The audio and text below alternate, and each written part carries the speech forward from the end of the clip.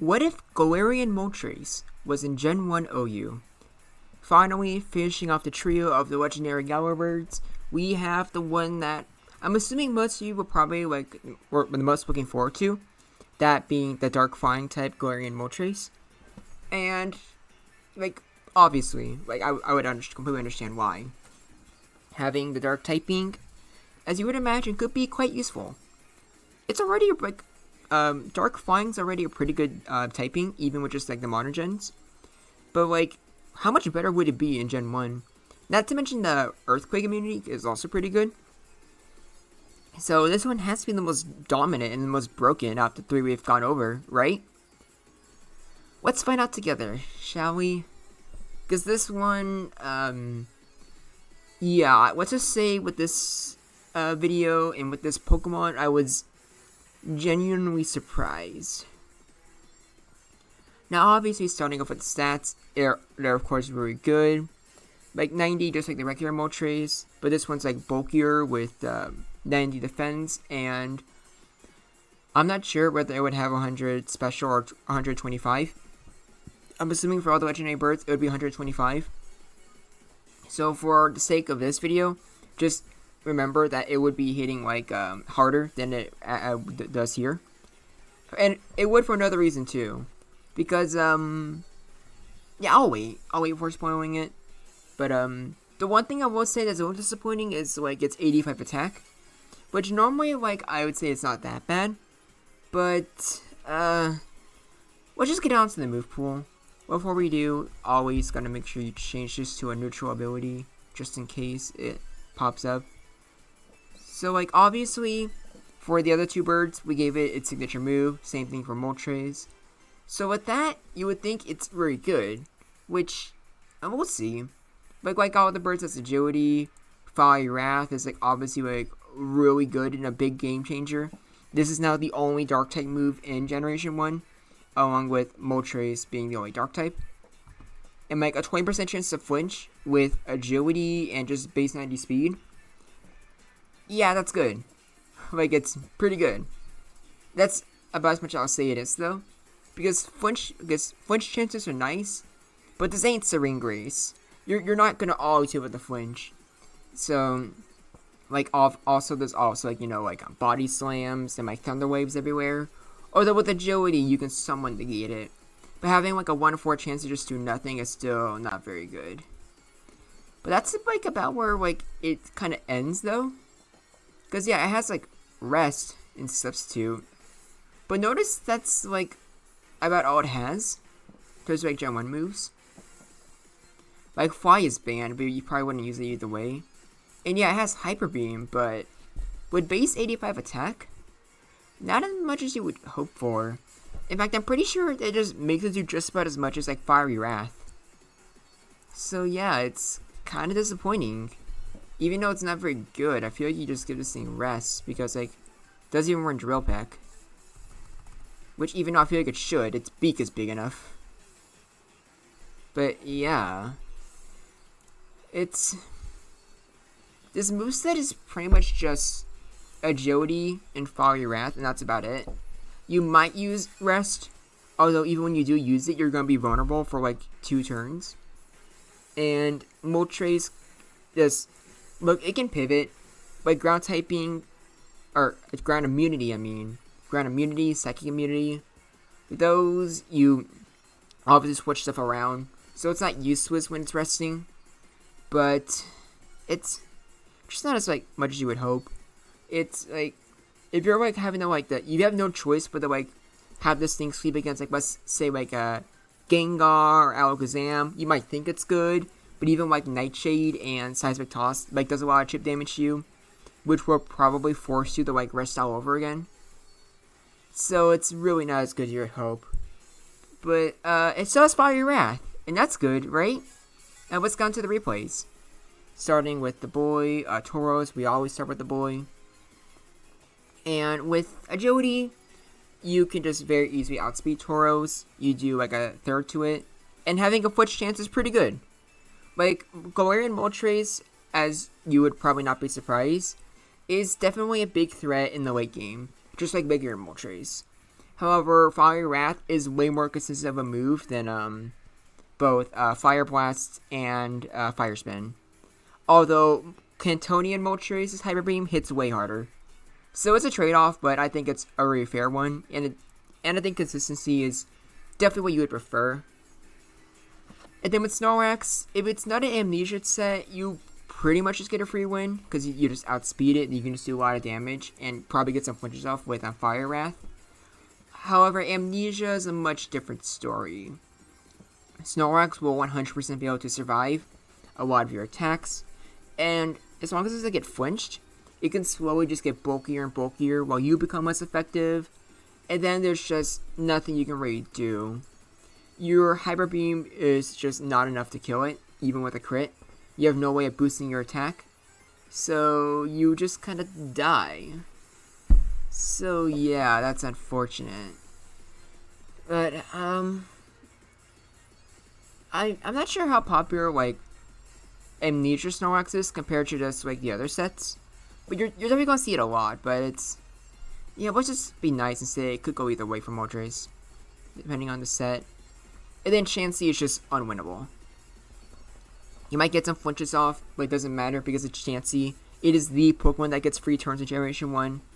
You can negate the Paralysis speed debuff, but then you're still just taking a lot of damage from Ice Beam. So you can rest it off. But like, this is the perfect example of what I'm talking about. You can rest off the damage, but you're still just, they still pretty much just get like 2 free turns. So you just have to rest again, which, you know, kind of kills the purpose.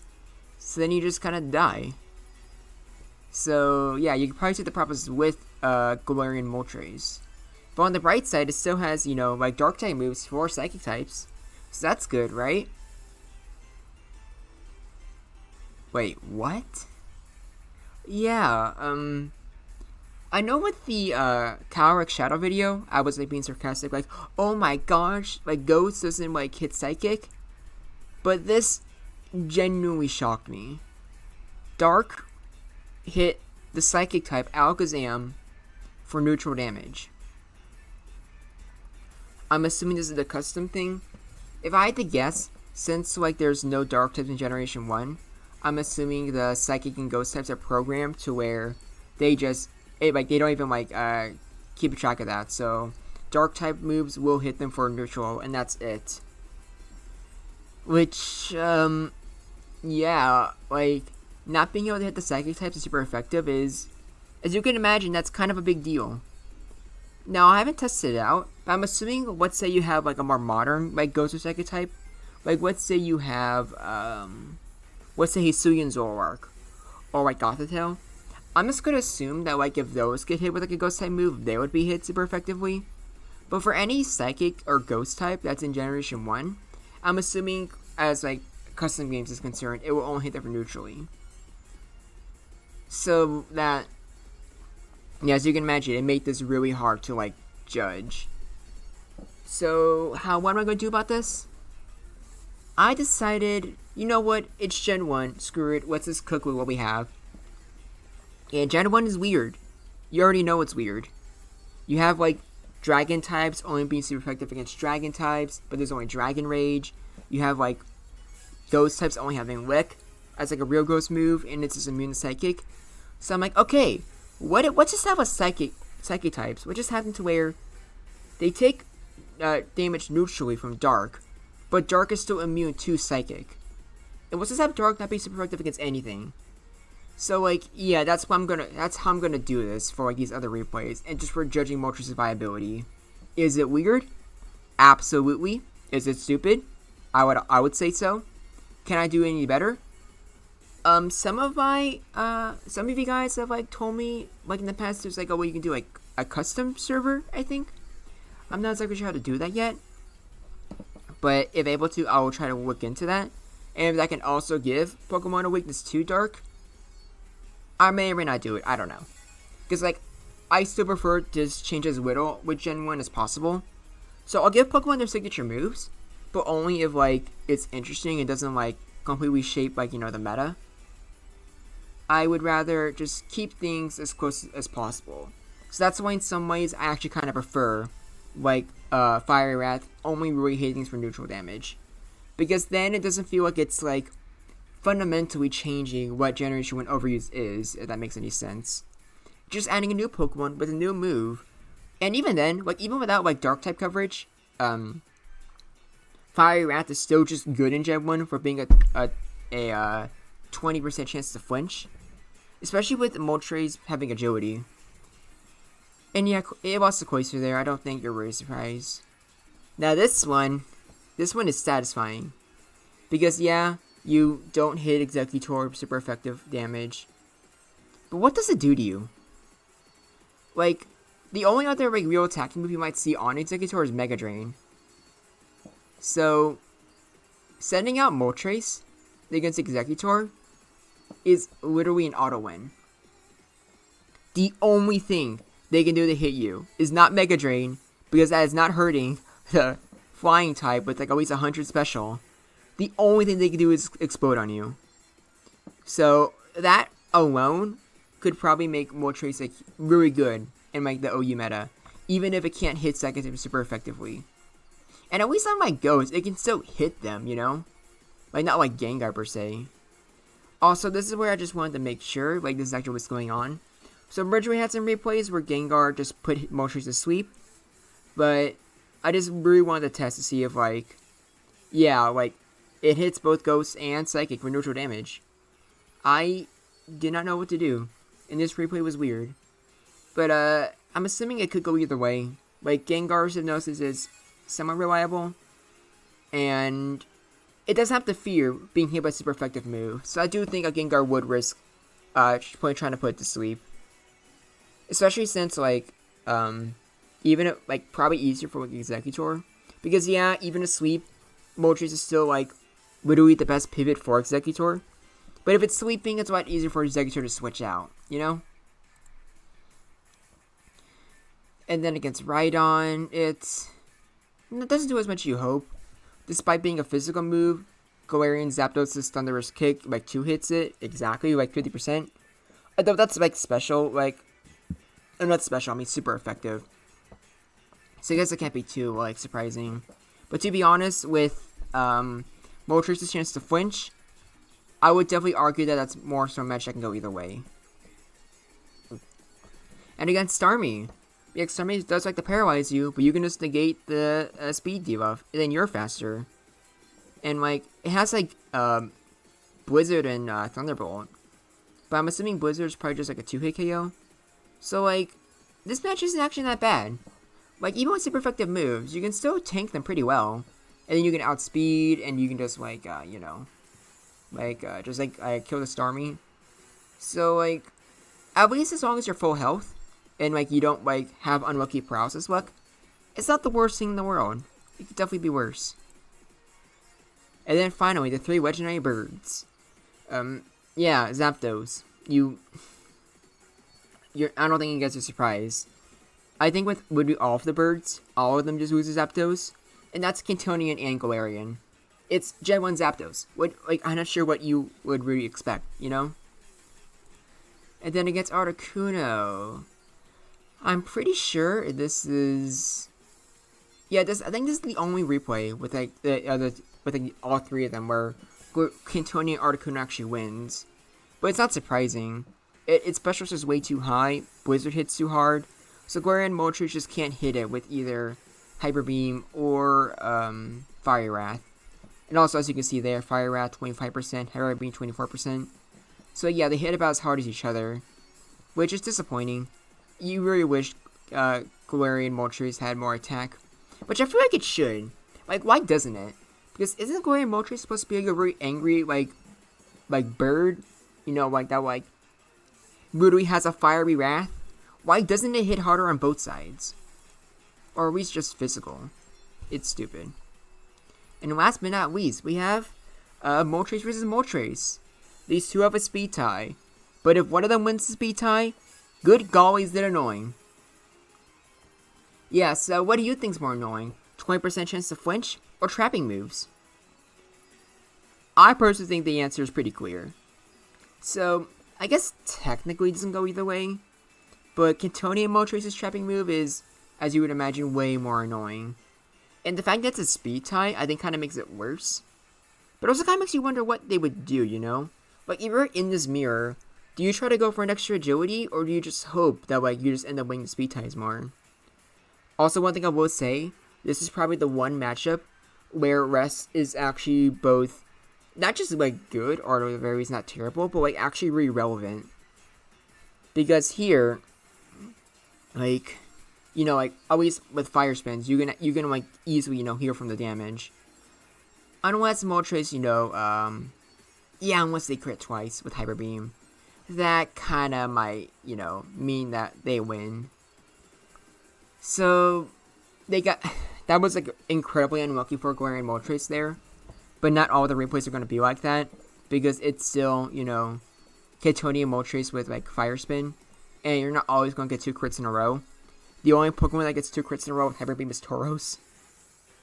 Also, some of these need to change. This is, I don't know why I had those mixed up. Or, this is more, it could go either way. Should Starmie be, I don't know, I'll just keep it there. But yeah, here it is. Here's their ranking. Obviously, some of these I didn't bother showing, like, what exactly would I have to gain from showing, like, Swelbro and Jolteon.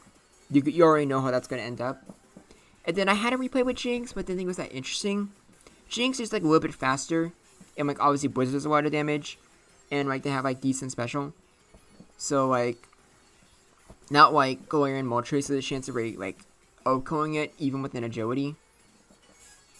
I kind of considered putting it in a unwinnable, but then I thought, that might be a little too harsh. But yeah, here is the ranking for Galarian Moltres. This is not how I was planning on ending, like, you know, the little mini-series here with the 3 of them. Like, obviously it would be good. Definitely better than regular Moltres. It would have a very unique role in being immune to psychic type damage. But, I don't know. This thing is disappointing. Like, really disappointing. This just, like, it could have been great. If Moltres was, like, super effective against psychic types, obviously, well, these would be completely different. Like, Moltres, like, it would, okay, I don't think it'd be better than, like, Galarian Zapdos. In fact, I think looking back at it, I would say Galarian Zapdos is better than Ketonian Zapdos. But, I don't know, I'm just disappointed. I was expecting it to do so much better than it actually did. Although, I would say it was very nice doing all 3 Galarian birds. And I would say, just, like, on their own, all 3 of them would be better than the originals. And, like, they would all be in OU. In fact, they would all have very different roles, too.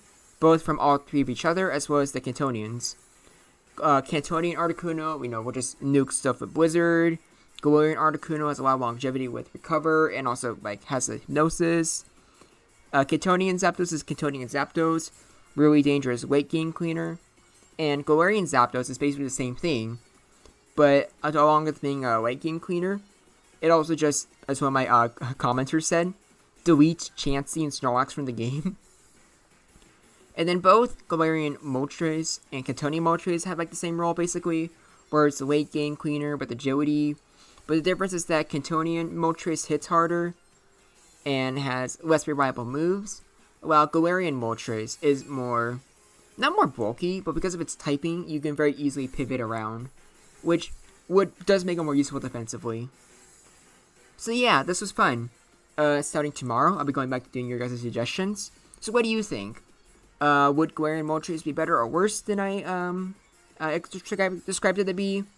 Are you kind of disappointed that Dark doesn't hit Psychic for super effective? Or are you kind of glad, since, like, an entirely new type that, like, hits another type super effectively would be probably a bigger game changer than just being immune to Psychic, in my opinion?